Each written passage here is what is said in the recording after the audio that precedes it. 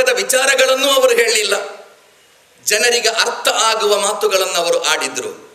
ಅವರು ಜನರ ಜೊತೆ ಬದುಕಿದ್ರು, ಜನರಿಗಾಗಿ ಅವರು ಬದುಕಿದ್ರು. ಈ ಜಗತ್ತು ಕಂಡ ಅತ್ಯಂತ ಯಶಸ್ವಿ ಆಡಳಿತಗಾರ ಪ್ರವಾದಿ ಮೊಹಮ್ಮದ್ ಸಲ್ಲಲ್ಲಾಹು ಅಲೈಹಿ ವಸಲ್ಲಂ.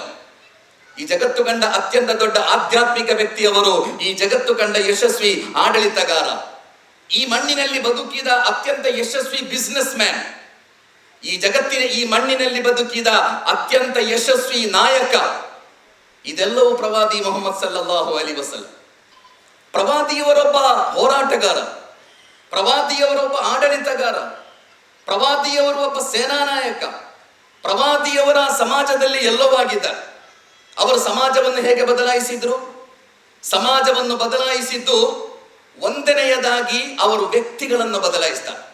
ಇವತ್ತಿಗೂ ಈ ಸಮಾಜದ ಸುಧಾರಣೆ ಹೇಗೆ ಅಂತ ಕೇಳಿದ್ರೆ, ನೀವು ಸ್ಟಡಿ ಮಾಡಿದ್ರೆ ಪ್ರಪ್ರಥಮವಾಗಿ ಸಮಾಜ ಸುಧಾರಣೆಯಲ್ಲಿ ಒಂದನೆಯ ಮಾರ್ಗ, ಒಂದನೆಯ ಸ್ಟೆಪ್ ವ್ಯಕ್ತಿಗಳ ಸುಧಾರಣೆ. ವ್ಯಕ್ತಿಗಳು ಸುಧಾರಿಸದೆ, ವ್ಯಕ್ತಿಗಳಿಗೆ ನೈತಿಕತೆ ಇಲ್ಲದೆ ಯಾವ ಸಮಾಜವನ್ನು ಉದ್ಧಾರ ಮಾಡಲಿಕ್ಕೆ ನಿಮ್ಮಲ್ಲಿ ಯಾವ ಮೆಡಿಸಿನ್ಸ್ಗಳು ಇಲ್ಲ. ಕಾರ್ಯಕ್ರಮದ ಅತಿಥಿಗಳನ್ನು ಸ್ವಾಗತಿಸುವ ಹೊಣೆಗಾರಿಕೆಯ ಕಡೆಗೆ ನಾನು ತೆರಳುತ್ತಾ ಇದ್ದೇನೆ. ನಮ್ಮ ಈ ಕಾರ್ಯಕ್ರಮದಲ್ಲಿ ಶ್ರೀ ಶಂಕರಾಚಾರ್ಯ ಸ್ವಾಮೀಜಿಯವರು ಇವತ್ತು ಮುಖ್ಯ ಅತಿಥಿಯಾಗಿ ಭಾಗವಹಿಸ್ತಾ ಇದ್ದಾರೆ. ಬಹಳ ದೊಡ್ಡ ವಿದ್ವಾಂಸರು, ಲೇಖಕರು, ಅತ್ಯುತ್ತಮ ವಾಗ್ಮಿ. ಬಹಳ ದೂರದ ಕಾನ್ಪುರದಿಂದ ಮಂಗಳೂರಿಗೆ ಅವರು ಈ ಕಾರ್ಯಕ್ರಮಕ್ಕಾಗಿ ಆಗಮಿಸಿದ್ದಾರೆ.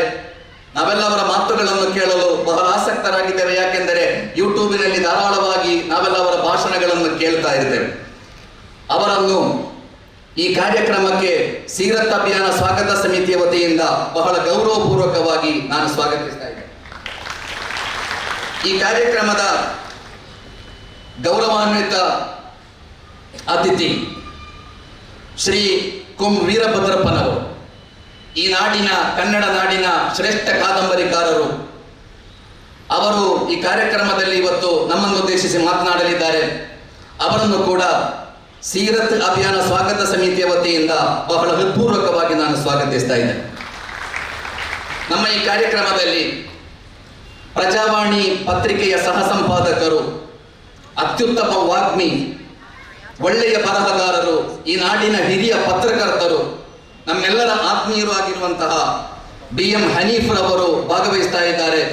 ಅವರನ್ನು ಕೂಡ ಸೀರತ್ ಅಭಿಯಾನ ಸ್ವಾಗತ ಸಮಿತಿಯ ವತಿಯಿಂದ ನಾನು ಹೃತ್ಪೂರ್ವಕವಾಗಿ ಸ್ವಾಗತಿಸ್ತಾ ಇದ್ದೇನೆ.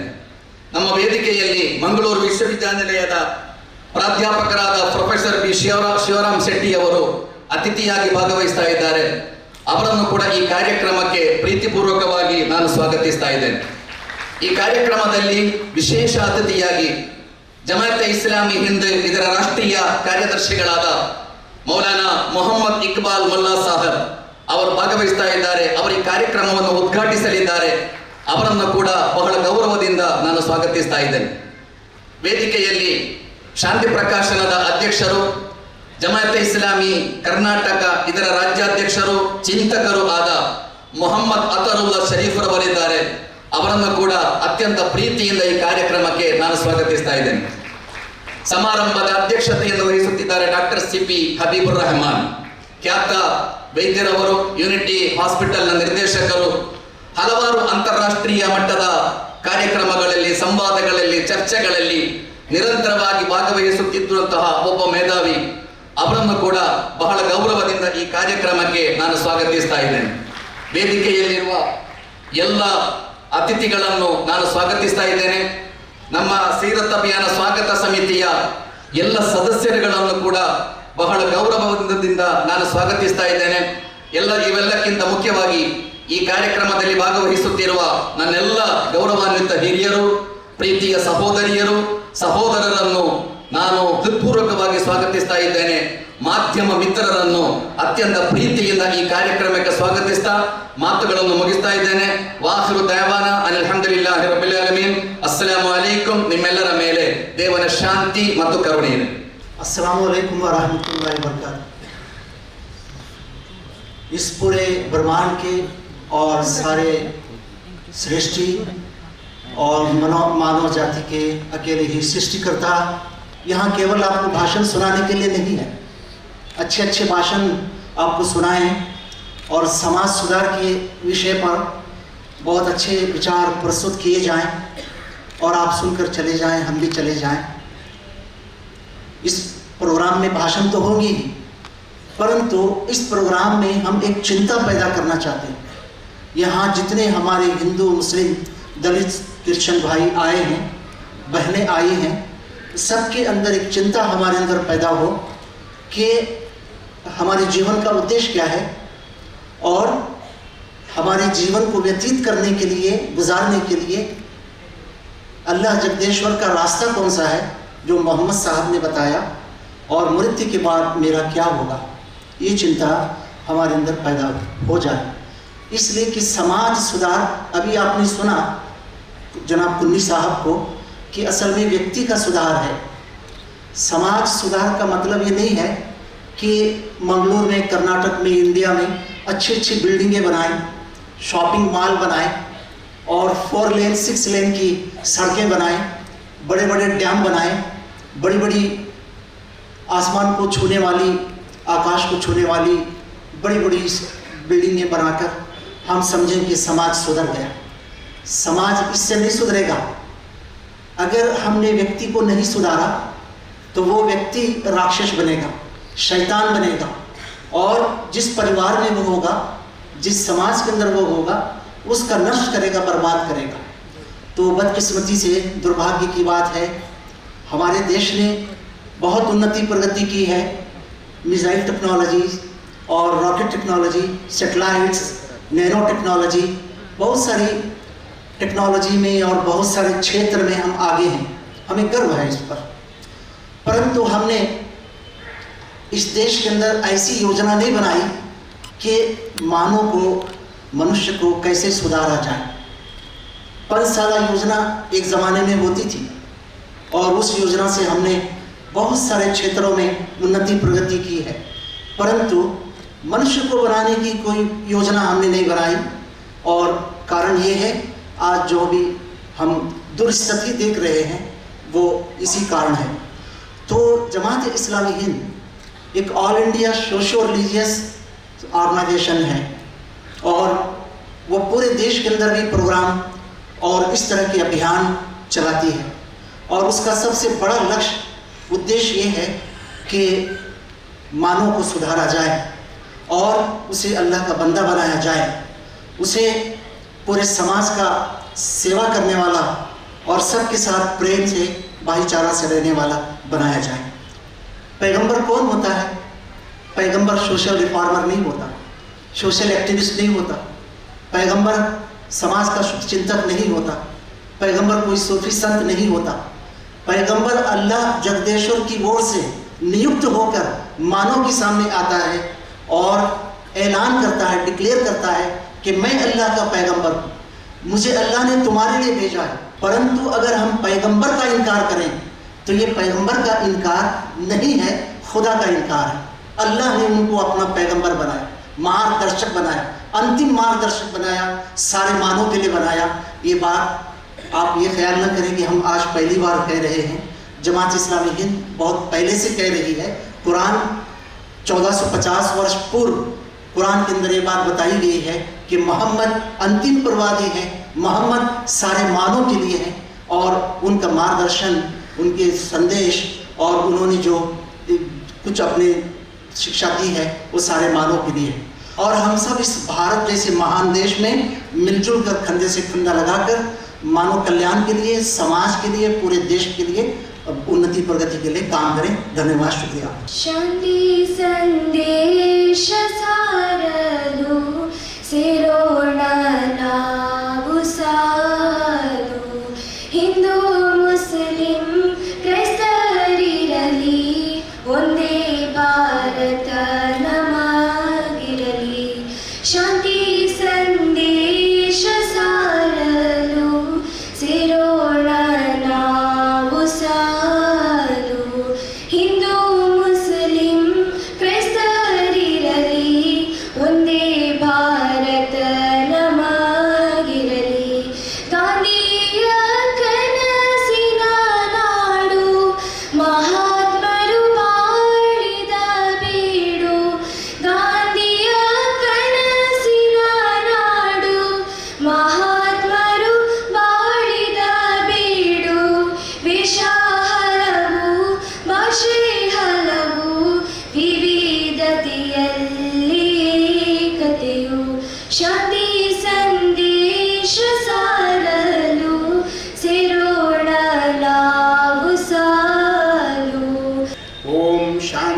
शांति शांति।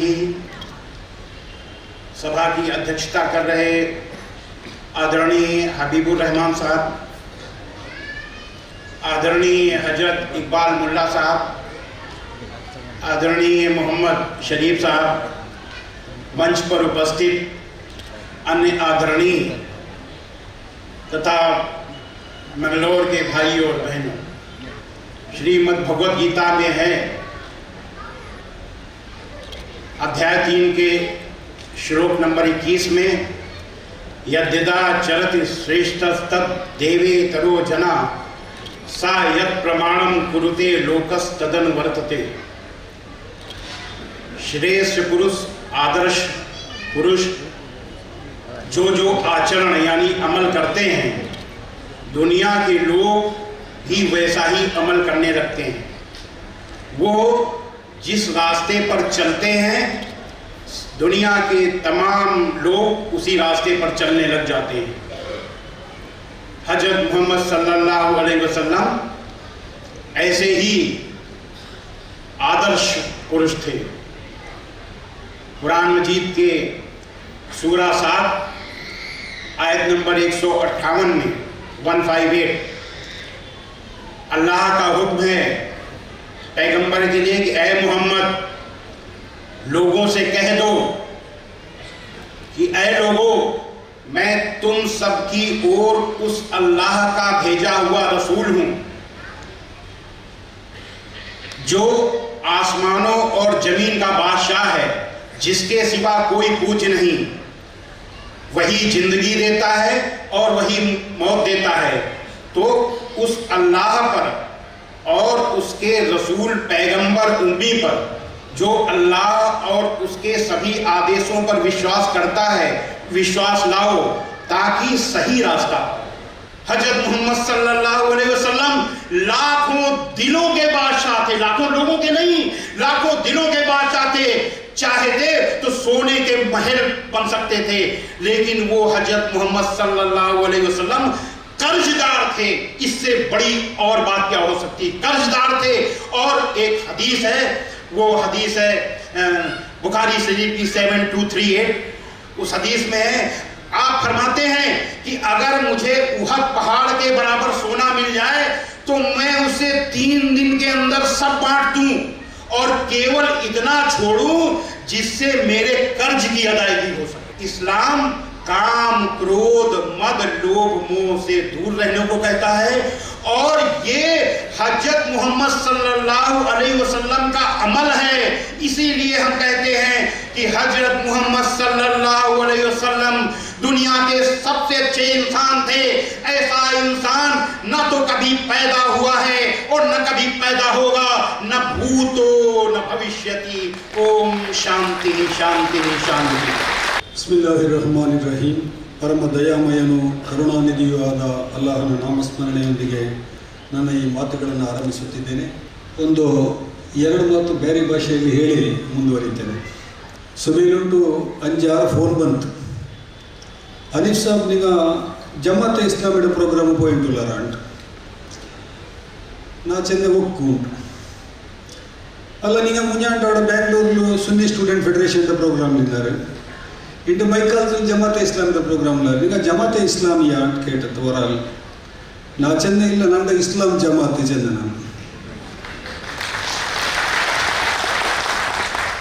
ನಾನು SGP ಎಡಂಗ ಬಿಲ್ಚೆಂಗು ಪೋಂಡೆ, SKSS ಬಿಲ್ಚೆಂಗು ಪೋಂಡೆ, ಧರ್ಮಸ್ಥಳತಂಗ ಬಿಲ್ಚೆಂಗು ಪೋಂಡೆ, ಮೂಡಬಿದ್ರೆಡಂಗ ಬಿಲ್ಚೆಂಗು ಪೋಂಡೆ, ಮೈಕಾಲ್ತಂಗ ಬಿಲ್ಚೆಂಗು ಪೋಂಡೆ, ಉಡುಪಿಯಂಗ ಬಿಲ್ಚೆಂಗು ಪೋಂಡೆ. പോയിട്ട് അവിടെ എന്തൊരു പൽക്ക പരിചരിച്ചത് ഭാരി ഇമ്പോർട്ടൻ്റ് എൻ്റെ പ്രകാരം. അതിനായിട്ട് ഇത് ನನ್ನ ರಾಯ ಏನಿದು ಜಂಡ ಫಲಕ ನಾನು ಚೆಲ್ಲೋದು ಈ ಕಡೆ ಇವತ್ತಿನ ವಿಷಯ ಸಮಾಜ ಸುಧಾರಣೆ ಪ್ರವಾದಿ ಮೊಹಮ್ಮದ್ ಸಲ್ಲಲ್ಲಾಹು ಅಲೈಹಿ ವಸಲ್ಲಂ ಅವರ ಶಿಕ್ಷಣದ ಬೆಳಕಿನಲ್ಲಿ. ವೇದಿಕೆಯ ಮೇಲೆ ಬಹಳ ಪ್ರಕಾಂಡ ಪಂಡಿತರಿದ್ದಾರೆ. ತುಂಬ ಆಲೋಚನೆ ಮಾಡುವಂತಹ ಮನುಷ್ಯರು ಗಮನ ಕೊಟ್ಟು ಕೇಳಬೇಕಾದಂತಹ ಮತ್ತು ತಮ್ಮ ಜೀವನದಲ್ಲಿ ಮತ್ತೆ ಮತ್ತೆ ಆಲೋಚನೆ ಮಾಡಿ ಒಂದು ದಾರಿಯನ್ನು ಹುಡುಕಬೇಕಾದಂತಹ ಕೆಲವು ವಿಚಾರಗಳನ್ನು ಅವರು ಹೇಳಿದ್ದಾರೆ. ನಾನು ಸಾಮಾನ್ಯವಾಗಿ ಮಾತನಾಡುವಾಗ ಈ ಇತಿಹಾಸದ ಪುಸ್ತಕಗಳನ್ನು ಕೋಟ್ ಮಾಡೋದು, ಇತಿಹಾಸದ ಘಟನೆಗಳನ್ನು ಹೇಳೋದು ಎಲ್ಲ ಬಹಳ ಸುಲಭ. ಇತಿಹಾಸದ ಬೆಳಕಿನಲ್ಲಿ ವರ್ತಮಾನದಲ್ಲಿ ನಾವು ಹುಡುಕುವ ದಾರಿ ಯಾವುದು ಅನ್ನೋದು ನನ್ನ ಸಮಸ್ಯೆ. ಪ್ರತಿ ಸಲ ನಾನು ವೇದಿಕೆಯ ಮೇಲೆ ಕೂತೆ ನಾನು ಏನು ಮಾತಾಡಬೇಕು ಅಂತ ಆಲೋಚನೆ ಮಾಡ್ತಾ ಇರ್ತೇನೆ. ಇಲ್ಲಿ ಬಂದು ಕೂತ ನಂತರ ಬಹಳಷ್ಟು ವಾಗ್ಮಿಗಳು ನನಗೆ ಏನು ಮಾತನಾಡಬಹುದು ಅನ್ನುವಂತಹ ಒಂದು ಮಾರ್ಗದರ್ಶನದ ಬೆಳಕನ್ನು ಕೂಡ ತೋರಿದ್ದಾರೆ. ನಾನು ಮುಖ್ಯವಾಗಿ ಮಾತನಾಡಬೇಕಾಗಿರೋದು ವಿಷಯ, ಪ್ರಸ್ತುತ ಪರಿಸ್ಥಿತಿನಲ್ಲಿ ನಾವು ಮುಹಮ್ಮದ್ ಪೈಗಂಬರ್ ಸಲ್ಲಲ್ಲಾಹು ಅಲೈಹಿ ವಸಲ್ಲಂ ಅವರ ಆದರ್ಶಗಳನ್ನು ಅನುಸರಿಸಲಿಕ್ಕೆ ಸಾಧ್ಯ ಇದೆಯಾ? ಇದು ಬಹಳ ಮಹತ್ವದ ಪ್ರಶ್ನೆ ನನ್ನ ಪ್ರಕಾರ. ಸಮಾಜ ವಿಜ್ಞಾನಿಗಳು ಈ ದೇಶದ ಬಹುಮುಖ್ಯ ಸಮಸ್ಯೆ ಯಾವುದು ಎನ್ನುವುದನ್ನು ಬಹಳ ದೀರ್ಘಕಾಲದಿಂದ ಅಧ್ಯಯನ ಮಾಡಿ ಗುರುತಿಸ್ತಾ ಹೋಗಿದ್ದಾರೆ. ಈ ದೇಶದ ಮುಂದೆ ಇರುವಂತಹ ಸಮಸ್ಯೆಗಳನ್ನು ಪಟ್ಟಿ ಮಾಡಿದಾಗ ಬೇರೆ ಬೇರೆ ರೀತಿಯ ಸಮಸ್ಯೆಗಳನ್ನು ನಮ್ಮ ಸಮಾಜ ವಿಜ್ಞಾನಿಗಳು ಎತ್ತಿ ತೋರಿಸ್ತಾರೆ. 24 ಕೋಟಿ, 130 ಕೋಟಿಯಲ್ಲಿ 24 ಕೋಟಿ ಜನ ಬಡತನದ ರೇಖೆಗಿಂತ ಕೆಳಗಡೆ ಇದ್ದಾರೆ. ಇವತ್ತು ಬಡತನ ಅನ್ನುವುದು ಭಾರತದ ಬಹಳ ಘೋರ ಸಮಸ್ಯೆ ಅಂತ ಹೇಳುವವರಿದ್ದಾರೆ. ಅದೇ ರೀತಿ 18 ಲಕ್ಷ ಜನರು ತಲೆಯ ಮೇಲೆ ಸೂರಿಲ್ಲ, ಬೀದಿನಲ್ಲಿ ಮಲಗ್ತಾ ಇದ್ದಾರೆ ಭಾರತದಲ್ಲಿ. ಇದು ಭಾರತದ ಬಹುದೊಡ್ಡ ಸಮಸ್ಯೆ ಅಂತ ಹೇಳುವಂತಹ ಸಮಾಜ ವಿಜ್ಞಾನಿಗಳು ಕೂಡ ಇದ್ದಾರೆ.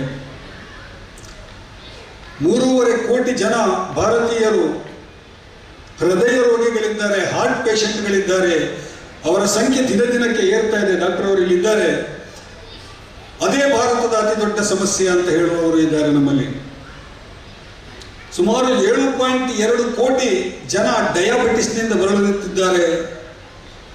ಮಧುಮೇಹ ಈ ದೇಶದ ಬಹಳ ದೊಡ್ಡ ಸಮಸ್ಯೆ ಅಂತ ಹೇಳುವಂತಹ ವೈದ್ಯರು ಕೂಡ ನಮ್ಮ ನಡುವೆ ಇದ್ದಾರೆ. ಆದರೆ ನನ್ನ ಪ್ರಕಾರ ಇದು ಯಾವುದು ಸಮಸ್ಯೆಯೇ ಅಲ್ಲ. ಈ ಎಲ್ಲ ಸಮಸ್ಯೆಗಳಿಗೆ ಪರಿಹಾರ ಇದೆ. ಆದರೆ ಭಾರತೀಯರಲ್ಲಿ ಇವತ್ತು ಬೆಳೀತಾ ಇರುವಂತಹ, ಅತ್ಯಂತ ದಾರುಣವಾದಂತಹ ರೀತಿಯಲ್ಲಿ ಬೆಳೀತಾ ಇರುವಂತಹ ಮನುಷ್ಯರ ನಡುವಿನ ಪ್ರೇಮ ಶೂನ್ಯತೆ ಇದೆಯಲ್ಲ, ಇದು ಈ ದೇಶದ ಬಹಳ ದೊಡ್ಡ ರೋಗ. ಒಬ್ಬ ಮನುಷ್ಯನನ್ನು ನೋಡಿದರೆ ಇನ್ನೊಬ್ಬ ಮನುಷ್ಯನಿಗಾಗುವುದಿಲ್ಲ. ಒಂದು ಜಾತಿಯವನನ್ನು ನೋಡಿದರೆ ಇನ್ನೊಂದು ಜಾತಿಯವನಿಗಾಗುವುದಿಲ್ಲ. ಒಂದು ಧರ್ಮದವನನ್ನು ನೋಡಿದರೆ ಇನ್ನೊಂದು ಧರ್ಮದವನಿಗಾಗುವುದಿಲ್ಲ. ಎತ್ತ ಹೋಗ್ತಾ ಇದೆ ಈ ದೇಶ. ಈ ಸಮಸ್ಯೆಯನ್ನು ಇಟ್ಟುಕೊಂಡು ನಾವು ಇವತ್ತು 1400 ವರ್ಷಗಳ ಹಿಂದೆ ಕಗ್ಗತ್ತಲಿನ ಖಂಡವಾಗಿದ್ದಂತಹ, ಅಂಧಕಾರದಲ್ಲಿ ಮೆರೆಯುತ್ತಿದ್ದಂತಹ ಅರೇಬಿಯಾದಲ್ಲಿ ಉದಿಸಿ ಬಂತಹ ಮಹಾನ್ ಪ್ರವಾದಿ ನಮಗೆ ಹಾಕಿಕೊಟ್ಟಂತಹ ದಾರಿಯಲ್ಲಿ ಯಾವ ಪರಿಹಾರಗಳಿವೆ ಅನ್ನೋದನ್ನು ಇವತ್ತಿನ 21ನೇ ಶತಮಾನದಲ್ಲಿ ನಾವು ಇಲ್ಲಿ ನಿಂತು ಹುಡುಕಬೇಕಾದಂತಹ ಅನಿವಾರ್ಯತೆ ಇದೆ. ಈ ಮಾತುಗಳನ್ನು ನಾನು ಯಾವುದೇ ಧರ್ಮದವರನ್ನು ಉದ್ದೇಶಿಸಿ ಹೇಳ್ತೇನೆ ಅಂತ ಹೇಳಿ ನೀವು ತಿಳ್ಕೋಬೇಕಾಗಿಲ್ಲ. ಯಾವುದೋ ಒಂದು ಸೀಮಿತ ಜಾತಿಯನ್ನು ಉದ್ದೇಶಿಸಿ ಹೇಳ್ತಾ ಇದ್ದೇನೆ ಅಂತ ಹೇಳಿ ತಿಳ್ಕೋಬೇಕಾಗಿಲ್ಲ ನಾನು. ಇದು ಈ ದೇಶದ ಎಲ್ಲ ಜಾತಿಯ, ಎಲ್ಲ ಧರ್ಮದ ಜನರ ಸಮಸ್ಯೆ. ಬಹಳ ದೊಡ್ಡ ಮಸೀದಿಯನ್ನು ಕಟ್ತೇವೆ ನಾವು ಇವತ್ತು, ಬಹಳ ದೊಡ್ಡ ಮಂದಿರವನ್ನು ಕಟ್ತೇವೆ ನಾವು ಇವತ್ತು. ಅದ್ಭುತವಾದಂತಹ ಗುಂಬಸ್, ಅದ್ಭುತವಾದಂತಹ ಮಿನಾರಗಳು, ಆಕಾಶದ ಎತ್ತರಕ್ಕೆ ಹಾರುವಂತಹ ಮಿನಾರಗಳು, ಅದರ ತುದಿಯಲ್ಲಿ ಚಕಚಕನ ಮಿನುಗುವಂತಹ ವಿದ್ಯುತ್ ದೀಪಗಳು, ಮಸೀದಿಯ ನೆಲಕ್ಕೆ ರಾಜಸ್ಥಾನದಿಂದ ಅಥವಾ ಬಹಳ ದೂರದ ಪ್ರದೇಶದಿಂದ ತಂದಂತಹ ಮಾರ್ಬಲ್ನ ನೆಲಹಾಸುಗಳು, ಕಿಟಕಿ ಬಾಗಿಲುಗಳು, ಬೃಹತ್ ಗಾತ್ರದ ಬಾಗಿಲುಗಳು, ಕಿಟಕಿಗಳು, ಬೀಟಿ ಮರದಿಂದ ಮಾಡಿದಂತಹ ಅತ್ಯುತ್ಕೃಷ್ಟ ಕಿಟಕಿಗಳು, ಅದ್ಭುತವಾದಂತಹ ಮಸೀದಿ. ಆಜಾನ್ ಬಹಳ ಚೆನ್ನಾಗಿ ಕೊಡ್ತಾರೆ, ಬಹಳ ಸುಂದರವಾಗಿ ಕಿವಿಗೆ ಇಂಪಾಗಿ ಕೇಳಿಸ್ತದೆ. ಅಂತಹ ಮಸೀದಿನಲ್ಲಿ ನಿಂತು ನಮಾಜ್ ಮಾಡುವಂತಹ ಒಬ್ಬ ವ್ಯಕ್ತಿ ಅಲ್ಲಾಹು ಅಕ್ಬರ್ ಎಂದು ಕೈಕಟ್ಟಿದಾಗ ಬೆಳಿಗ್ಗೆ ಅವನೊಂದು 5,000 ಕೊಡಬೇಕಾಗಿತ್ತು, ಇನ್ನೂ ಬಂದಿಲ್ಲ. ಅಲ್ಲಿ ಅಡಿಕೆ ಮಂಡಿನಲ್ಲಿ ಹಾಕಿರೋದು ದುಡ್ಡು ನಿನ್ನೆ ಬರಬೇಕಾಗಿತ್ತು, ಅದು ಬಂದಿಲ್ಲ. ಇಲ್ಲಿ ಇನ್ಯಾರಿಗೂ ಫೋನ್ ಮಾಡಬೇಕಾಗಿತ್ತು, ಅವರು ಫೋನ್ ಮಾಡಿಲ್ಲ.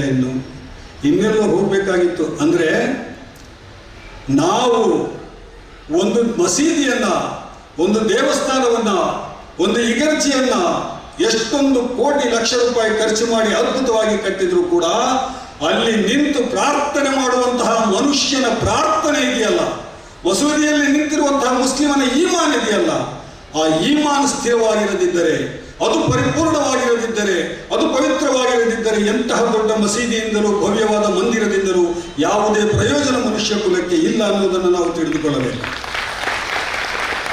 ಪ್ರವಾದಿ ಮುಹಮ್ಮದ್ ಸಲ್ಲಲ್ಲಾಹು ಅಲೈಹಿ ವಸಲ್ಲಂ ಅವರ ಸಾಧನೆಯನ್ನು ಗಮನಿಸಿದರೆ ನೋಡಿ, ಇವತ್ತು ನಮಗೆ ಪತ್ರಿಕಾ ಮಾಧ್ಯಮದವರಿದ್ದಾರೆ, ಕ್ಯಾಮ್ರಾ ಇದೆ, ಟಿವಿ ಇದೆ, ರೇಡಿಯೋ ಇದೆ, FM ಇದೆ, ಮೇಲಾಗಿ ನಾವೀಗ ಮಾತಾಡಿದ್ದೆಲ್ಲ ವಾಟ್ಸಪ್ನಲ್ಲಿ ಹೋಗಿ ಆಗಿದೆ, ಫೇಸ್ಬುಕ್ನಲ್ಲಿ ನಮ್ಮ ಚಿತ್ರಗಳೆಲ್ಲ ಕಾಣಿಸ್ತಾ ಇದೆ. ಆದರೆ 1400 ವರ್ಷಗಳ ಹಿಂದೆ ಯಾವ ಸೌಲಭ್ಯಗಳು ಇರಲಿಲ್ಲ.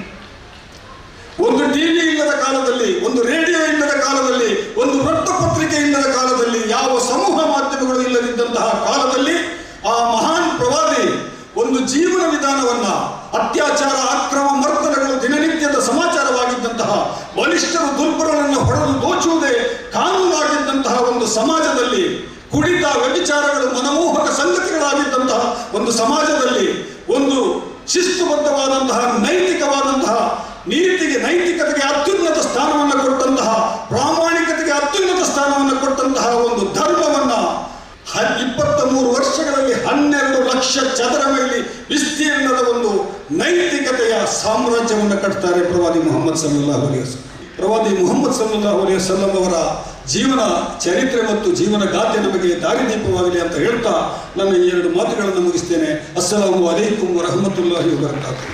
ಆಮೇಲೆ ನಮ್ಮ ಮೊಹಮ್ಮದ್ ಕುಯಿ ಅವರು, ನಾನು ಏನು ಅಂದ್ಕೊಂಡಿದ್ದೆ, ಮೂರ್ತಿ ಚಿಕ್ಕದಾದರೂ ಕೀರ್ತಿ ದೊಡ್ಡದು ಅನ್ನಂಗೆ ಇಸ್ಲಾಂ ಧರ್ಮದ ಬಗ್ಗೆ, ಹಜರತ್ ಮೊಹಮ್ಮದ್ ಪೈಗಂಬರ್ ಅವರ ಬಗ್ಗೆ ಬಹಳ ಅತ್ಯಂತ ಸೂಕ್ತವಾದ ಮಾತುಗಳನ್ನು ಆಡಿದ್ದಾರೆ.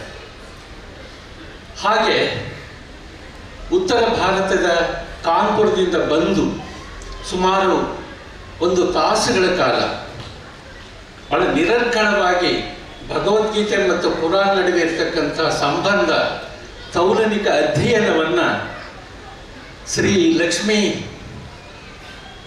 ಶಂಕರಾಚಾರ್ಯರವರು ಮಾಡಿದ್ದಾರೆ. ಇಂಥ ಅತ್ಯುತ್ತಮವಾದ ಮಾತುಗಳನ್ನು ಕೇಳಲಿಕ್ಕೆ ಅವಕಾಶ ಮಾಡಿಕೊಟ್ಟಂಥ ಶಾಂತಿ ಪ್ರಕಾಶನಕ್ಕೆ ನಾನು ಧನ್ಯವಾದಗಳನ್ನು ಹೇಳ್ತಾ ಇದ್ದೀನಿ. ನಾನು ಅಷ್ಟು ಡಿಟೇಲ್ ಆಗಿ ಕುರಾನನ್ನು ಓದಿರ್ತಕ್ಕಂಥ ವ್ಯಕ್ತಿ ಅಲ್ಲ. ನಾನು ಕುರಾನನ್ನು ಅಲ್ಪ ಸ್ವಲ್ಪ ಓದಿದ್ದೀನಿ. ಯಾಕಂತಂದರೆ ನಾನು ಬಹಳ ವರ್ಷಗಳ ಕಾಲ ಮುಸಲ್ಮಾನರ ಜೊತೆಗೆ, ಇಸ್ಲಾಂ ಧರ್ಮದ ಜೊತೆಗೆ ಒಡನಾಡಿರ್ತಕ್ಕಂಥ ವ್ಯಕ್ತಿ. ನಾನು ಬೇಸಿಕಲಿ ಕಾದಂಬರಿಕಾರ. ಸುಮಾರು 48 ಕೃತಿಗಳನ್ನು ನಾನು ಇದುವರೆಗೆ ಬರೆದಿದ್ದೀನಿ. ಹಾಗೆ ಬಹಳ ನನ್ನ ಮಹತ್ವಾಕಾಂಕ್ಷೆ ಅಂತಂದರೆ ಔರಂಗಜೇಬ್ ಬಗ್ಗೆ, ರಜಿಯಾ ಸುಲ್ತಾನ್, ಈ 2 ಪಾತ್ರಗಳೇನಿವೆ ಇತಿಹಾಸದಲ್ಲಿರ್ತಕ್ಕಂಥ 2 ಪಾತ್ರಗಳು ಬಹಳ ಅಲಕ್ಷ್ಯಕ್ಕೊಳಗಾಗಿರ್ತಕ್ಕಂಥ ಪಾತ್ರಗಳಿವೆ. ಇವರಿಬ್ಬರ ಬಗ್ಗೆ ನಾನು ಕಾದಂಬರಿ ಬರೀಬೇಕಂತ ಕಳೆದ 10 ವರ್ಷಗಳಿಂದ ಸತತ ಪ್ರಯತ್ನ ಮಾಡ್ತಾ ಇದ್ದೀನಿ. ಭಾರತದಲ್ಲಿರ್ತಕ್ಕಂಥ ಎಲ್ಲ ಮಸೀದಿಗಳನ್ನು, ಅರಮನೆಗಳನ್ನು, ದರ್ಗಾಗಳನ್ನು, ಇಸ್ಲಾಂ ಧರ್ಮಕ್ಕೆ ಸಂಬಂಧಿಸಿದ ರಾಜ ಮಹಾರಾಜರ ಇತಿಹಾಸವನ್ನು ನಾನು ಆಳವಾಗಿ ಅಧ್ಯಯನ ಮಾಡಿದ್ದೆ. ಅಧ್ಯಯನ ಮಾಡಿದಾಗ ನನಗನಿಸಿದ್ದು, ಬಾಬರ್ ವಿದ್ಯಾವಂತನಾಗಿದ್ದ, ಹುಮಾಯೂನ್ ವಿದ್ಯಾವಂತನಾಗಿದ್ದ, ಆದರೆ ಅವಿದ್ಯಾವಂತನಾಗಿದ್ದಂಥ ಅಕ್ಬರ್ ಈ ದೇಶಕ್ಕೆ ಒಂದು ಹೊಸ ವರ್ಚಸ್ಸನ್ನು ತಂದುಕೊಟ್ಟ. ಅಕ್ಬರ್ ಜಲಾಲುದ್ದೀನ್ ಮೊಹಮ್ಮದ್ ಅಕ್ಬರ್ ಅವ್ರ ಪೂರ್ತಿ ಹೆಸರು. ಅವಿದ್ಯಾವಂತನಾಗಿದ್ದಂಥ ಹೈದರ್ ಅಲಿ ನಮ್ಮ ಇತಿಹಾಸದಲ್ಲಿ ಉಳಿದಿದ್ದಾರೆ ಅಲ್ವಾ? ಈ ಒಂದು ಮುಗ್ಧತೆ, ಅಮಾಯಕತ್ವ ಅಂತಕ್ಕಂಥದ್ದೇನಿದೆ ಈ ಸಮಾಜಕ್ಕೆ ಬೆಳಕನ್ನು ಕೊಡ್ತದೆ ಅಂತ ತಿಳ್ಕೊಂಡಿರ್ತಕ್ಕಂಥ ವ್ಯಕ್ತಿ ನಾನು. ಯಾಕೆಂದ್ರೆ ಔರಂಗಜೇಬ್ ಬಹಳ ಅಪಾರ್ಥಕ್ಕೆ ಒಳಗಾಗಿರ್ತಕ್ಕಂಥ ಇತಿಹಾಸದ ವ್ಯಕ್ತಿ. ನಾನು ಅವರಿಗೆ ಸಂಬಂಧಪಟ್ಟಂತಹ ನಿಕಲಾಯ್ ಮೊನೋಚಿ, ಶಹಜಾನ್ ಮತ್ತು ಔರಂಗಜೇಬನ ಆಸ್ಥಾನದಲ್ಲಿದ್ದಂಥ ಒಂದು ಕುಟುಂಬದ ವೈದ್ಯ, ಅವನು ಬರೆದಂಥ ಪ್ರವಾಸ ಕಥನಗಳನ್ನು ಸ್ಟಡಿ ಮಾಡಿದ್ದೆ. ಅವನು ಕುರಾನಿನ ನಿಷ್ಠಾವಂತ ಅನುಯಾಯಿ ಆಗಿದ್ದ. ಯಾವ ಕಾರಣಕ್ಕೂ ಸಮಾಜದಿಂದ ಬಂದಿರತಕ್ಕಂಥ ಹಣ ದುರುಪಯೋಗ ಆಗಬಾರ್ದು ಅಂತ ಆಶಿಸಿದಂಥ ವ್ಯಕ್ತಿ ಅವರು. ಈ ಕಾರಣಕ್ಕೆ ಯಾಕಂದರೆ ದಾರಾಶಿಕೋ ಮತ್ತು ಜಹಾನಾರ ಒಬ್ಬ ತಾಯಿಯ ಮಕ್ಕಳಾದರೆ ರೋಷನಾರ ಮತ್ತು ಔರಂಗಜೇಬ್ ಇನ್ನೊಬ್ಬ ತಾಯಿಯ ಮಕ್ಕಳು. ಇವರಿಬ್ಬರ ನಡುವೆ ಅಜಗಜಾಂತರ ವ್ಯತ್ಯಾಸ ಇತ್ತು. ದಾರಾಶಿಕೋ ಸೂಫಿ ಸಂತಕ್ಕೊಳಗಾಗಿದ್ದ, ಜಹಾನಾರ ಸೂಫಿ ಸಂತರನ್ನ ಪರಿಚಯಿಸಿದರು. ಭಗವದ್ಗೀತೆಯನ್ನು ಪರ್ಷಿಯನ್ ಭಾಷೆಗೆ ಅನುವಾದ ಮಾಡಿದಂಥ ವ್ಯಕ್ತಿ ಜಹಾನಾರ. ದಾರಾಶಿಕೋ ಇಬ್ಬರು ಸೇರಿ ಆ ಕೆಲಸವನ್ನು ಮಾಡಿದ್ರು. ಇದನ್ನೆಲ್ಲ ಗಮನಿಸ್ತಾ ಇದ್ದಂಥ ಔರಂಗಜೇಬ್ ತಂದೆಯಿಂದ ಮತ್ತು ಸಹೋದರರಿಂದ ನಿರ್ಲಕ್ಷ್ಯಕ್ಕೆ ಒಳಗಾಗಿದ್ದ. ಇವರು ಮಾಡತಕ್ಕಂಥ ಹಣದ ದುರುಪಯೋಗವನ್ನು ಕಣ್ಣೆದುರು ನೋಡ್ತಾ ಇದ್ದ. ಆ ಚಿಕ್ಕ ಸಮಾಧಿ ನೋಡಿ ಲಾರ್ಡ್ ಕರ್ಜನ್ 1920ರಲ್ಲಿ ಅಯ್ಯೋ ಭಾರತ ಚಕ್ರವರ್ತಿಯ ಶಹನ್ಶಾಹನ ಸಮಾಧಿ ಇಷ್ಟೊಂದು ದುಸ್ಥಿತಿಯಲ್ಲಿದೆಯಲ್ಲ ಅಂತ ಮಾರ್ಬಲ್ ಸ್ಟೋನ್ಸ್ ಅಮೃತ ಶಿಲೆಗಳನ್ನು ಅಳವಡಿಸ್ತಾರೆ. ಅಲ್ಲಿರ್ತಕ್ಕಂಥ ಮುಸ್ಲಿಮ್ಸ್ ಬಂದು ಅಂತ ತಡೀತಾರೆ. ಯಾವ ಕಾರಣಕ್ಕೂ ಇದನ್ನು ನೀವು ಅಮೃತ ಶಿಲೆಗಳಿಂದ ಮೇಲೆ ಒದಿಸಬಾರದು, ಇದರಿಂದ ನಮ್ಮ ಚಕ್ರವರ್ತಿಯ ಆತ್ಮಕ್ಕೆ ನೋವಾಗ್ತದಂತೇಳಿ ತಡೀತಾರೆ. ಆ ಸಮಾಧಿಯ ಮೇಲೆ ಹುಲ್ಲು ಬೆಳೆದಿದೆ, ತುಳಸಿ ಗಿಡಗಳು ಬೆಳೆದಿದೆ. ಅದು ಅವನ ಆಸೆಯಾಗಿತ್ತು. ಅವನ ಔರಂಗಜೇಬನ ಆಸೆಯಾಗಿತ್ತು. ಅಂತ ಔರಂಗಜೇಬ ಭಾರತ ಕಂಡಂಥ ಅತ್ಯುತ್ತಮ ಸಾಮ್ರಾಟರಲ್ಲಿ ಒಬ್ಬ. ದುರದೃಷ್ಟವಶಾತ್ ನಮ್ಮ ಇತಿಹಾಸಕಾರರು ಏನು ಮಾಡಿದ್ದಾರೆ, ಅವನ ನಿರಂತರ ಚಿತ್ರಿಸಿದ್ದಾರೆ. ಟಿಪ್ಪು ಸುಲ್ತಾನನ್ನ ನಿರಂತರ ಚಿತ್ರಿಸಿದ್ದಾರೆ. ಇವರಿಬ್ಬರು ಭಾರತ ಕಂಡಂಥ ಅತ್ಯಂತ ಶ್ರೇಷ್ಠ ಸೇನಾನಿಗಳು, ಸಾಮ್ರಾಟರು, ಜನಮುಖಿಯಾಗಿದ್ದಂಥವರು. ತನ್ನ ದುಡಿಮೆಯಲ್ಲಿ ಬದುಕಿದ ಔರಂಗಜೇಬ್ ಯಾವ ಕಾರಣಕ್ಕೂ ಸಮಾಜದ ಹಣದಲ್ಲಿ ಅವನು ಊಟ ಮಾಡಲಿಲ್ಲ. ನಮ್ಮನ್ನು ಸುಲಭವಾಗಿ ಎದುರಿಸಬಹುದಾದಂಥ ವ್ಯಕ್ತಿಗಳು ಅಂತಂದ್ರೆ ಸ್ವಯಂ ಘೋಷಿತ ದೇವಮಾನವರು. ನಾನು ದೇವರು ಅಂತ ಘೋಷಣೆ ಮಾಡ್ಕೊಂಡಿರ್ತಕ್ಕಂಥವ್ರು. ಟಿವಿಗಳಲ್ಲಿ ಬೆಳಿಗ್ಗೆ 6 ಗಂಟೆಯಿಂದ 10 ಗಂಟೆವರೆಗೆ ಬರ್ತಕ್ಕಂಥ ಸ್ವಯಂ ಘೋಷಿತ ಜ್ಯೋತಿಷಿಗಳು ಏನಿದ್ದಾರೆ, ಇವರು ನಮ್ಮನ್ನು ಎದುರಿಸ್ತಾ ಇದ್ದಾರೆ. ನಮ್ಮ ದಿನಚರಿಯನ್ನು ತಿದ್ದುತ್ತಾ ಇದ್ದಾರೆ. ನಮ್ಮ ದಿನಚರಿಯನ್ನು ಏರುಪೇರು ಮಾಡ್ತಾ ಇದ್ದಾರೆ. ಇವರು ನಿಜವಾದ ಭಯೋತ್ಪಾದಕರಂದರೆ ಇವರು, ಬೇರೆಲ್ಲ. ಭಾರತೀಯ ಮುಸ್ಲಿಂ ಅನ್ನೋ ಕಲ್ಪನೆ ಏನಿದೆ, ಪರಿಕಲ್ಪನೆ ಇರ್ತಕ್ಕಂಥದ್ದು, ಅದು ಪ್ರಪಂಚದ ಅಭಿವೃದ್ಧಿಗೆ ಕಾರಣ ಆಗ್ತಕ್ಕಂಥದ್ದು. ಅದ ಕಾರಣ ನಾವು ಯಾವುದೇ ಧರ್ಮ ಇರಲಿ, ಜಕಾತ್ತನ್ನು ನಾವು ಅಳವಡಿಸ್ಕೊಂಡ್ರೆ, ಕೊಟ್ಟಿದ್ದು ತನಗೆ ಬಚ್ಚಿಟ್ಟಿದ್ದು ಪರರಿಗೆ ಕೊಟ್ಟಿದ್ದು ಕೆಟ್ಟದ್ದು ಅಂದಾಗಿದ್ದರೆ ನಾವು ಸರಿಯಾಗಿ ಉತ್ತರ ಆಗ್ತೀವಿ. ಯಾವ ಕಾರಣಕ್ಕೂ ನಮ್ಮ ಮೇಲೆ ಲೋಕಾಯುಕ್ತರು, IT ಅಧಿಕಾರಿಗಳು ದಾಳಿ ಮಾಡೋಕ್ಕೆ ಸಾಧ್ಯನೇ ಇಲ್ಲ. ಆದ ಕಾರಣ ಇಸ್ಲಾಂ ಧರ್ಮಕ್ಕೆ ನಾನು ಶರಣಾರ್ಥಿಗಳನ್ನು ಹೇಳ್ತೀನಿ. ಮೊಹಮ್ಮದ್ ಕುಯ್ ಅವರು ಭಾಳ ಚೆನ್ನಾಗಿ ಮಾತಾಡ್ತಾರೆ. ಅವರಿಗೂ ನಾನು ಏನು ಅಂದ್ಕೊಂಡಿದ್ದೆ, ತುಂಬ ಉಪಯುಕ್ತವಾಗಿರ್ತಕ್ಕಂಥ ಮಾತುಗಳನ್ನು ಅವರು ಆಡಿದ್ದಾರೆ. ಆಳವಾಗಿ ಇಸ್ಲಾಂ ಧರ್ಮವನ್ನು ಅಧ್ಯಯನ ಮಾಡಿದ್ದಾರೆ. ಅವರು ನಿಜವಾದ ಭಾರತೀಯ ಮುಸ್ಲಿಂ ಅಂತ ಹೇಳ್ತಾ ಇದಕ್ಕೆ ಅವಕಾಶ ಮಾಡಿಕೊಟ್ಟಂಥ ಶಾಂತಿ ಪ್ರಕಾಶನದ ಎಲ್ಲ ಪದಾಧಿಕಾರಿಗಳಿಗೆ ಧನ್ಯವಾದಗಳನ್ನು ಹೇಳಿ ನನ್ನ ಮಾತುಗಳನ್ನು ಮುಗಿಸ್ತೀನಿ. ನಮಸ್ಕಾರ. ಸೀರತ್ ಅಭಿಯಾನ ಪ್ರವಾದಿ ಮೊಹಮ್ಮದರ ಶಿಕ್ಷಣದ ಬೆಳಕಿನಲ್ಲಿ ಈ ದಿನ ಸಮಾಜ ಸುಧಾರಣೆಯ ಬಗ್ಗೆ ಬೇರೆ ಬೇರೆ ವಿದ್ವಾಂಸರುಗಳನ್ನು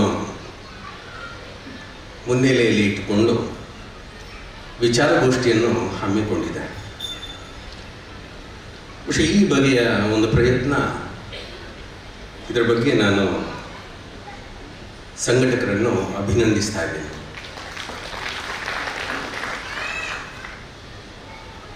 പക്ഷേ ಇಲ್ಲಿ ನಾನು ನನ್ನದೇ ಆದಂತಹ ಕೆಲವು ಪ್ರಶ್ನೆಗಳನ್ನು, ನನ್ನದೇ ಆದಂತಹ ಕೆಲವು ಗೊಂದಲಗಳನ್ನು, ನನ್ನದೇ ಆದಂತಹ ಕೆಲವು ಅನುಮಾನಗಳನ್ನು ನಾನು ನಿಮ್ಮ ಮುಂದೆ ಇಡ್ತಾ ಇಲ್ಲ, ನನ್ನ ಒಳಗೆ ನಾನೇ ಕೇಳಿಕೊಳ್ತಾ ಇದ್ದೀನಿ. ಹಾಗಾಗಿ ನಾನಿಲ್ಲಿ ಮಾತಾಡ್ತಾ ಇಲ್ಲ, ನಾನಿಲ್ಲಿ ಮಾತಾಡ್ತಾ ಇದ್ದ ಹಾಗೆಯೇ ನಾನು ನಾನೇ ಪ್ರಶ್ನೆ ಮಾಡ್ತಾ ಇದ್ದೀನಿ. ಒಂದು ಬಗೆಯಲ್ಲಿ ನನ್ನ ಒಳಗನ್ನು ನೋಡುವಂಥ, ನನ್ನ ಆಂತರ್ಯವನ್ನು ನೋಡುವಂಥ, ನಾನು ಏನು ಅನ್ನುವಂಥ, ನಾನು ಮತ್ತು ಇತರರ ಜೊತೆಗಿನ ನನ್ನ ಸಂಬಂಧದ ಸ್ವರೂಪ ಏನು, ಈ ಬಗೆಯ ಒಂದು ವಿಮರ್ಶೆಯನ್ನು ನಾನಿಲ್ಲಿ ಮಾಡ್ತಾ ಇದ್ದೇನೆ. ಈಗಾಗಲೇ ಸ್ವಾಮೀಜಿಯವರು ಕುರಾನಿನ ಒಂದು ಅರ್ಥ ವಿವರಣೆಯನ್ನು ನಮ್ಮ ಮುಂದೆ ಇಟ್ಟಿದ್ದಾರೆ. ಆ ಬಗೆಗಿನ ತಿಳುವಳಿಕೆ ನನ್ನಲ್ಲಿಲ್ಲ. ಆದರೆ ಇಸ್ಲಾಮು ಸಮಾನತೆಯನ್ನು ಪ್ರತಿಪಾದಿಸಿದೆ, ಇಸ್ಲಾಮು ಭಾತೃತ್ವವನ್ನು ಅಥವಾ ಸಹೋದರತೆಯನ್ನು ಪ್ರತಿಪಾದಿಸಿದೆ ಅನ್ನುವ ಕಾರಣಕ್ಕಾಗಿ ನಾನು ಇಸ್ಲಾಮನ್ನು ವಿಶೇಷವಾಗಿ ಗೌರವಿಸ್ತೇನೆ. ಸ್ವಾಮಿ ವಿವೇಕಾನಂದರ ಮಾತನ್ನು ನಾನಲ್ಲಿ ಈ ಬಗೆಯಲ್ಲಿ ನೆನಪಿಸಿಕೊಳ್ತಾ ಇದ್ದೀನಿ. ಯಾಕಂದರೆ ಸ್ವಾಮಿ ವಿವೇಕಾನಂದರು ಹೇಳ್ತಾರೆ, ನಾವು ಕ್ರೈಸ್ತ ಮತದಿಂದ ಸೇವಾಪರತೆಯನ್ನು ಮೈಗೂಡಿಸಿಕೊಳ್ಬೇಕಾಗಿದೆ, ನಾವು ಇಸ್ಲಾಂ ಧರ್ಮದಿಂದ ಸಹೋದರತೆಯನ್ನು ಮೈಗೂಡಿಸಿಕೊಳ್ಬೇಕಾಗಿದೆ. ಹಾಗಾಗಿ ಭಾರತವನ್ನು ನಾವು ಏಕ ಧರ್ಮದಲ್ಲಿ ಕಟ್ಟುವಂಥದ್ದಲ್ಲ, ನಾವು ಬಹುಧರ್ಮಗಳಲ್ಲಿ, ಬೇರೆ ಬೇರೆ ಧರ್ಮಗಳ ಒಂದು ವಿಲೀನದಲ್ಲಿ, ಬೇರೆ ಬೇರೆ ಧರ್ಮಗಳ ಒಂದು ಜೊತೆಯಾಟದಲ್ಲೇ, ಬೇರೆ ಬೇರೆ ಧರ್ಮಗಳ ಒಂದು ಒಡನಾಟದಲ್ಲೇ ನಾವು ಭಾರತವನ್ನು ಕಟ್ಟಬೇಕು ಅನ್ನುವಂಥ ಒಂದು ಮಾತನ್ನು ಅವರು ಹೇಳಿದರು. ನಾನು ಹೇಳ್ತಾ ಇರುವಂಥ ವಿವೇಕಾನಂದ ಕಾವಿ ತೊಟ್ಟ ವಿವೇಕಾನಂದನೇ ಹೊರತಾಗಿ ಕೇಸರಿ ಬಣ್ಣ ಹಚ್ಚಿದ ವಿವೇಕಾನಂದ ಅಲ್ಲ. ಬಹಳಷ್ಟು ವರ್ಷಗಳ ಹಿಂದಿನ ವಿದ್ಯಾರ್ಥಿಗಳು ತರಗತಿಯಲ್ಲಿ ಹೇಳಿದಂತಹ ವಿಚಾರಗಳನ್ನು ಅವರು ಮನನ ಮಾಡ್ತಾ ಇದ್ರು, ಪ್ರಶ್ನೆ ಮಾಡ್ತಾ ಇದ್ರು. ಆದರೆ ಇವತ್ತಿನ ವಿದ್ಯಾರ್ಥಿಗಳು, ಅದು ಬೇರೆ ಬೇರೆ ಧಾರ್ಮಿಕ ಪರಂಪರೆಯಲ್ಲಿ ಬಂದಂತಹ ವಿದ್ಯಾರ್ಥಿಗಳು, ಅವರು ಓಪನ್ ಅಪ್ ಆಗ್ತಾ ಇಲ್ಲ, ಮನನ ಮಾಡ್ತಾ ಇಲ್ಲ. ಬಹುಶಃ ಈ ಬಗೆಯ ಒಂದು ಸಂದಿಗ್ಧತೆಯಲ್ಲಿ ನಾವು ನಮ್ಮ ಸಮಾಜದ ಸ್ಥಿತಿಗಳನ್ನು, ಗತಿಗಳನ್ನು ಅರ್ಥ ಮಾಡಿಕೊಳ್ಬೇಕಾಗಿದೆ. ಹಾಗಾಗಿ ನಮ್ಮ ಸಮಾಜ ಅದು ನಿರ್ಬಂಧಿತ ಸಮಾಜನೇ ಅಥವಾ ನಮ್ಮ ಸಮಾಜ ಮುಕ್ತ ಸಮಾಜನೇ? ನಿರ್ಬಂಧಿತವಾದಂಥ ಸಮಾಜ ಯಾವತ್ತೂ ಕೂಡ ಸುಧಾರಣೆ ಅನ್ನೋದು ಬಯಸುವುದಿಲ್ಲ. ನಿರ್ಬಂಧಿತವಾದಂಥ ಸಮಾಜ ಸ್ಥಿತ್ಯಂತರವನ್ನು ಅದು ಯಾವತ್ತೂ ಕೂಡ ಬಯಸುವುದಿಲ್ಲ. ಮುಕ್ತವಾದಂಥ ಸಮಾಜದಲ್ಲಿ ಆ ಥರದ ಅವಕಾಶಗಳು ಇರುತ್ತೆ. ಸೊ ಹಾಗಾಗಿ ನಾವು ಮೊದಲಾಗಿ ಕೇಳಿಕೊಳ್ಬೇಕಾಗಿದ್ದು ನಮ್ಮ ಆಂತರ್ಯವನ್ನು, ನಾವು ಮೊದಲಾಗಿ ಮಾಡಿಕೊಳ್ಬೇಕಾಗಿದ್ದು ನಮ್ಮ ಆಂತರಿಕ ವಿಮರ್ಶೆಯನ್ನು, ನಮ್ಮ ಸ್ವವಿಮರ್ಶೆಯನ್ನು, ನಮ್ಮ ಆತ್ಮವಿಮರ್ಶೆಯನ್ನು. ಹಾಗಾಗಿ ನಾವು ಹೇಗೆ ಇದ್ದೇವೆ ಅನ್ನುವಂಥ ಈ ಪ್ರಶ್ನೆ ನಮಗೆ ಮುಖ್ಯ ಆಗಲಿ ಅನ್ನುವಂಥ ಮಾತಿನಲ್ಲೇ ನನ್ನ ಮಾತುಗಳನ್ನು ಮುಗಿಸ್ತಾ ಇದ್ದೀನಿ. ನಮಸ್ಕಾರ. ಇಲ್ಲಿ ನೆರೆದಿರುವ ಎಲ್ಲರ ಮುಂದೆ ನಾನು ಭಾಷಣ ಮಾಡಲಿಕ್ಕೆ ಮೊದಲು ನನಗೆ ಒಂದು ಪ್ರಶ್ನೆಯಾಗಿದೆ. ಅಂದರೆ ಹನೀಫನವರು ಭಾಷಣ ಮೊದಲು ಒಂದು ಮಂಗಳೂರು ಮಲಯಾಳದಲ್ಲಿ ಸ್ವಲ್ಪ ಹೇಳಿದರು. ಅದೇ ರೀತಿಯಲ್ಲಿ ನಾನು ಕನ್ನಡದಲ್ಲಿ ಶುರುವಾಗಿ ಎಲ್ಲರೂ ತಡವಾಗಿ ಇಲ್ಲಿ ಬಹಳ ಲೇಟ್ ಆಗಿದೆ ಇಲ್ಲಿ ಕೂತು, ಅದರಿಂದ ಕನ್ನಡದಲ್ಲಿ ಶುರು ಮಾಡಿ ಮತ್ತೆ ಏನಾಗ್ತದೆ ನೋಡುವ, ಎಲ್ಲರೂ ಶ್ರಮಿಸಬೇಕೆಂದು ಹೇಳಿಕೊಳ್ತೇನೆ. ಇಲ್ಲಿ ಇವತ್ತಿನ ಮುಖ್ಯ ಅತಿಥಿಯಾಗಿ ಬಂದಿರುವ ಸ್ವಾಮಿ ಲಕ್ಷ್ಮೀ ಶಂಕರಾಚಾರ್ಯ ಅವರೇ ಬಹಳ ದೂರದಿಂದ ಬಂದು ನಮಗೆ ಇಸ್ಲಾಂ ಧರ್ಮವನ್ನು ಕಲಿಸಿದರು ಮುಸ್ಲಿಮರಿಗೆ. ಜನಾಬ್ ಮೊಹಮ್ಮದ್ ಇಕ್ಬಾಲ್ ಮುಲ್ಲಾ, ರಾಷ್ಟ್ರೀಯ ಕಾರ್ಯದರ್ಶಿ ಜಮಾತ್ ಇಸ್ಲಾಮಿ ಹಿಂದವರೇ, ಖ್ಯಾತ ಕಾದಂಬರಿಗಾರರು ವೀರಭದ್ರಪ್ಪ ಅವರೇ, ಸಹ ಸಂಪಾದಕರು ಪ್ರಜಾವಾಣಿ ದೈನಿಕ BM ಹನೀಫರವರೇ, ಪ್ರಾಧ್ಯಾಪಕರು ಅಧ್ಯಯನ ಸಂಸ್ಥೆ ಮಂಗಳೂರು ವಿಶ್ವವಿದ್ಯಾಲಯ ಪ್ರೊಫೆಸರ್ B ಶಿವರಾಮ ಶೆಟ್ಟಿಯವರೇ, ಜನಾಬ್ ಮೊಹಮ್ಮದ್ ಅತಾವುಲ್ಲಾ ಶರೀಫ್, ಅಧ್ಯಕ್ಷರು ಶಾಂತಿ ಪ್ರಕಾಶ ಕರ್ನಾಟಕ.